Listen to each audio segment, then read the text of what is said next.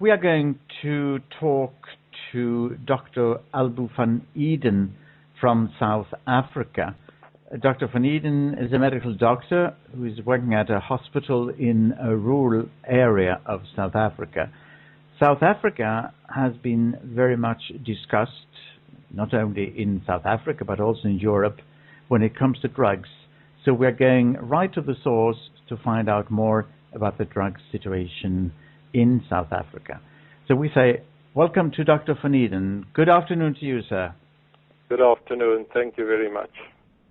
The drug situation in South Africa is, of course, a huge topic.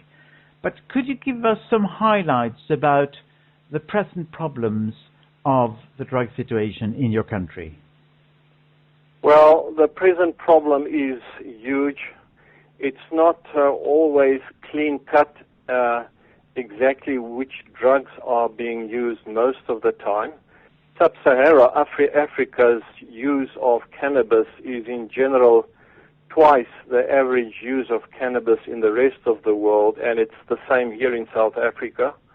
We also have some drugs which are really old and outdated in Europe and the rest of the world, which somehow got stuck in South Africa. It was originally, the one I'm referring to is Mandrax. It was originally developed as a drug against epilepsy, and then it was discovered that it does give some kind of a kick.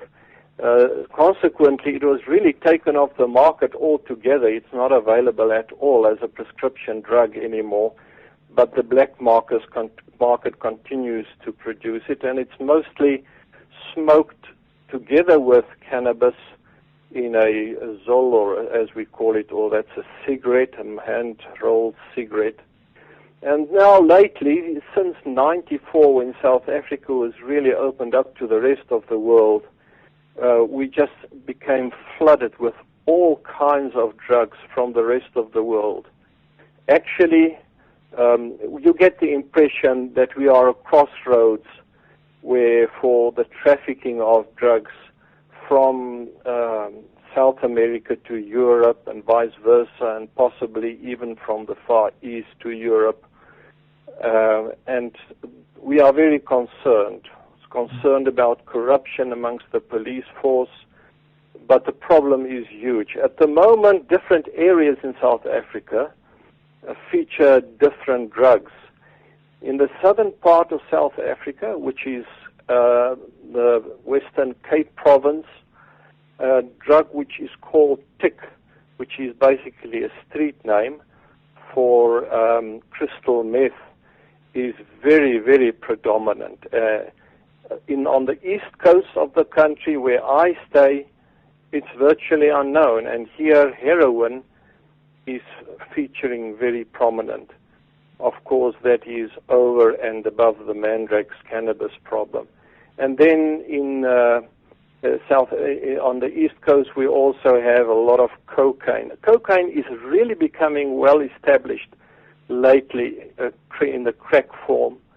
And then in the central part, Johannesburg, which most of you should know, one of our best-known cities in South Africa, also has a huge heroin problem. And then, of course, you get all kinds of mixture. At the moment, the rage that everybody's talking about is a drug with a street name called Hunga. Now, many people think that Hunga is actually a brand new drug on the market. It is actually not so. All they are doing is, in the black market, it is basically heroin with all kinds of additives to increase the volume. They put rat poison, which is a whitish powder, and I mix that with the heroin so that the volumes appear larger, and all kinds of other things. We've also got a problem with an antiretroviral drug, which the black market has discovered gives you a kick if you smoke it instead of drinking it. And that's also used in South Africa. Well, you seem to have problems enough then. Oh, we have huge problems. Officially, our government is very strong against drugs. We've just come out of we are still in it actually, 3 days of our Central Drug Authority, which is responsible for new legislation on drugs and the regulation of it. And most government departments have seats in this authority, the Department of Health, the South African Police Services, and so forth. We've had our president addressing the conference yesterday, and the Minister of Policing, and they brought out a very, very strong message against all forms of drug abuse and substance abuse, which was very encouraging. What is a bit confusing, though, is there seems to be another lobby, and I'm not sure, we are not actually sure who it is, that's moving towards the European model of harm reduction. And we've meanwhile discovered that there are 2 needle exchange programs that were started in South Africa. But one gets the impression it's not really from the government side, so it's a bit confusing. So you don't know who is pushing for this then? No. I'm concerned that it may be some of the academics that is pushing, but I don't have proof for that, and I don't really know. Now, you're working as a medical doctor at a hospital in a rural area of South Africa. Could you just give us some ideas about the work that you're carrying out and the problems that you are facing, what age groups you're working with? Well, just some ideas about the work that actually you are carrying out, because it's not very often we talk to people who are working in a rural area of South Africa. Yeah, well, the place is in a rural area in some ways on purpose, so that we can help people with a substance abuse problem in a place where they're away from the big cities with all the temptations of drugs. But in the process, funny enough, have a lot of people, I say a lot, but we have we've had quite a few people from Europe, and people that are, for lack of a better term, the washouts of the European system that comes to us, people who have been tagged in some countries in Europe as permanently dependent, put onto methadone permanently. I remember one guy that came here from Switzerland with a bag full of methadone tablets. He was on approximately 25 tablets a day. And it was quite tragic to see this guy as he was slowly using his medicines up, finding him on his bed frantically, counting his tablets and starting to cut down in order to be able to stop. The good side of the story is he did manage to, with help, finally get off the stuff completely. And he stayed here for a year or 2 before he went back. I haven't heard of him since. At the moment, I've got a gentleman that we're dealing with, which was, he's 55 years old, from Holland. He's been told by the doctors that he must just forget about getting off his drug. He's been on methadone and Suboxone, which is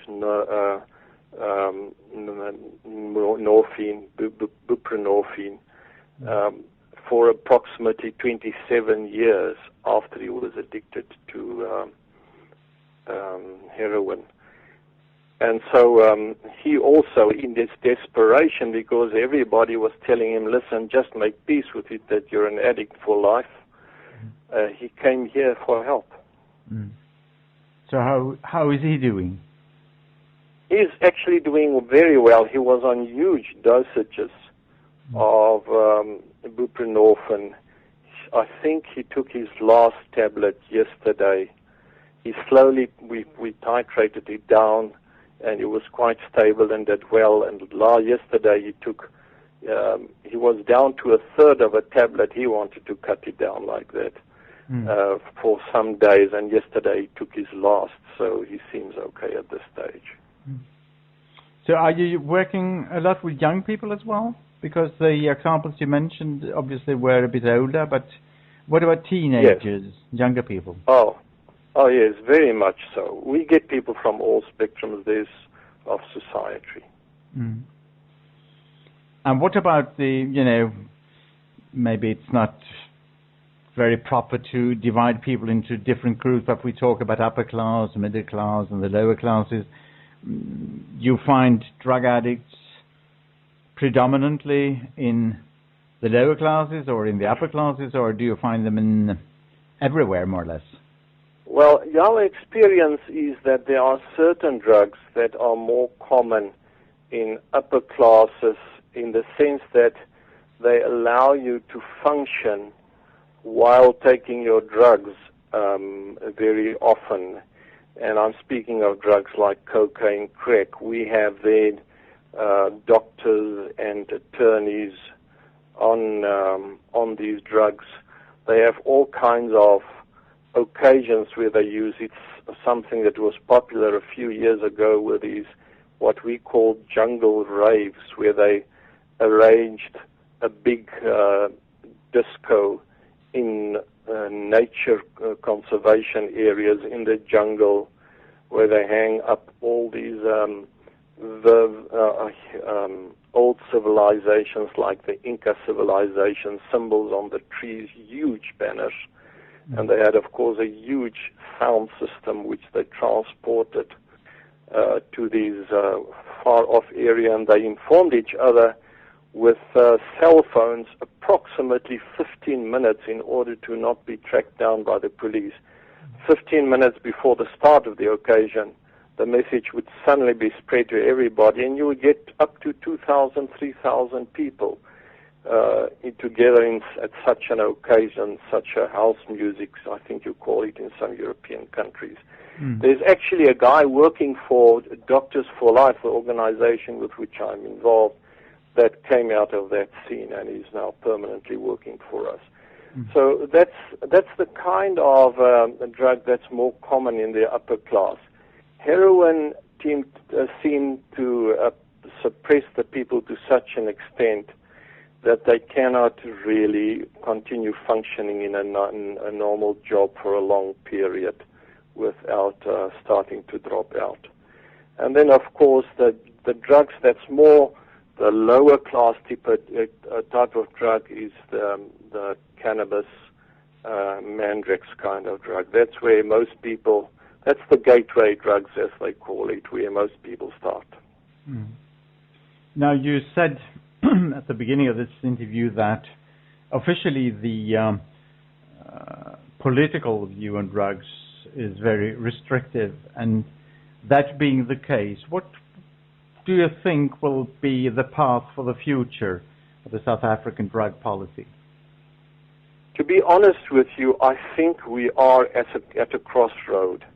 The indication we got from our political leaders were very, very straightforward and very clear that the goal is total eradication of drug abuse in South Africa.